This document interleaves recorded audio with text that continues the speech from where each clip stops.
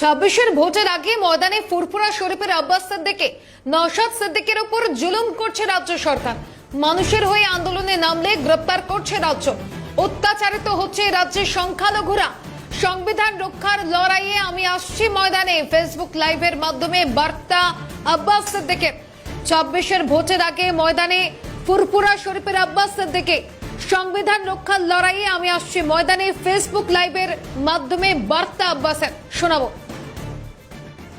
বারবার ও জেলে যাচ্ছে, আজ যাচ্ছে, বা ওর উপরে যে জুলুম হচ্ছে, এটা দেখে কোনো এক জায়গায় যেন মনে হচ্ছে যে আমাকে প্রথম সারিতে নেবে, একদম প্রথম সারিতে নেবে। যে ঝড়টা আছে সেটা ওর উপরে না এসে আমার উপরে আসুক, এইটা যেন নিজের দিকে টেনে নিবার একটা মন ইচ্ছা চাইছে। তাই আগামী দিন আমার প্রত্যেকটা ভালোবাসার মানুষ যেভাবে অন্যায়ের বিরুদ্ধে লড়াই করছেন করুন।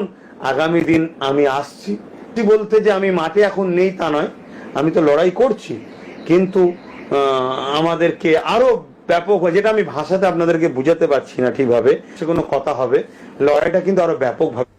বিস্তারিত জানবো। টেলিফোন লাইনে আমাদের প্রতিনিধি মফিজুল ইসলাম রয়েছেন। মফিজুল, সংবিধান রক্ষার লড়াইয়ে আব্বাস সিদ্দিকী আসছেন ময়দানে, ফেসবুক লাইভের মাধ্যমে এমনটাই বার্তা দিয়েছেন তিনি, কি জানা যাচ্ছে? দেখো, তুমি জানো যে 2021 সালে বিধানসভা ভোটের আগে আব্বাস সিদ্দিকীর যে ময়দানে উত্থান, সেটা কিন্তু শুরু হয়। তারপর থেকে আইএসএফ রাজনৈতিক দল গঠন এবং সেই রাজনৈতিক দল থেকে পরবর্তীকালে তার সরে দাঁড়ানো, আবার 2026-এর নির্বাচনের আগে ফের ময়দানে নামার কথা শোনা গেল আব্বাস সিদ্দিকীর মুখে। কবে না, যখন তার ভাই নওশাদ সিদ্দিকী সহ আইএসএফ এর অন্যান্য কর্মী সমর্থকদের কলকাতা পুলিশ গ্রেপ্তার করে জামিন পেয়ে যখন নওশাদ সিদ্দিকী বাড়িতে ফিরে যায়, তারপরেই কিন্তু আব্বাস সিদ্দিকী তার ফেসবুক লাইভের মাধ্যমে তিনি এই বার্তা দিলেন যে এবার তিনি ফের ময়দানে নামবেন, কারণ তার ভাইয়ের ওপর বা তার তৈরি করা, তার পৃষ্ঠপোষকতায় যে দল তৈরি হয়েছিল, সেই দলের যারা কর্মী সমর্থকদের ওপর জুলুম চলছে। রাজ্য সরকার বিভিন্ন রকম ভাবে তাদের ওপর জুলুম করছে। সেই জুলুমের বিরুদ্ধে লড়তে গেলে সংবিধানকে রক্ষা করতে হবে। সেই সংবিধান রক্ষা করতে গেলে রাজশক্তিকে রাজশক্তি রয়েছে তার ক্ষমতা দখল করতে হবে। সেই কারণে তিনি তার আবার ময়দানে নামবেন এমন বার্তা দিয়েছেন। খুব শীঘ্রই তিনি আবার তাকে দেখা যাবে বিভিন্ন রাজনৈতিক কর্মসূচিতে, বিশেষ করে আইএসএফ এর ব্যানারে যে সমস্ত রাজনৈতিক কর্মসূচিগুলো হয়, সেখানে কিন্তু আবার এই আব্বাস সিদ্দিকীকে দেখা যাবে। এবং এক্ষেত্রে রাজনৈতিক পর্যবেক্ষকরা মনে করছেন আব্বাস সিদ্দিকীর এই ঘোষণা বিধানসভা ভোটের আগে অত্যন্ত তাৎপর্যপূর্ণ, কারণ আগামী বিধানসভা ভোটকে কেন্দ্র করে আইএসএফ এর সঙ্গে বাম কংগ্রেসের যে জোট এর আগে হয়েছিল, বামেদের সঙ্গে যে জোট এর আগে হয়েছিল, সেই জোট আবার পুনরায় নির্বাচনকে ঘিরে কোন পথে এগোবে, সেক্ষেত্রে আব্বাস সিদ্দিকীর সিদ্ধান্ত অত্যন্ত গুরুত্বপূর্ণ, যেটা 21-এর ক্ষেত্রে তার সিদ্ধান্তের উপর ভর করেই হয়েছিল। এবং আবার আব্বাস সিদ্দিকী যদি ময়দানে নামে, সেক্ষেত্রে অনুরোধ করবো, তৃণমূল নেতা অরূপ চক্রবর্তী রয়েছেন আমাদের সঙ্গে টেলিফোন লাইনে। অরূপ বাবু, সংবিধান রক্ষার লড়াইয়ে এবার ময়দানে আসছেন আব্বাস সিদ্দিকী, ফেসবুক লাইভের মাধ্যমে এমনটাই বার্তা দিয়েছেন তিনি, কিভাবে দেখছেন?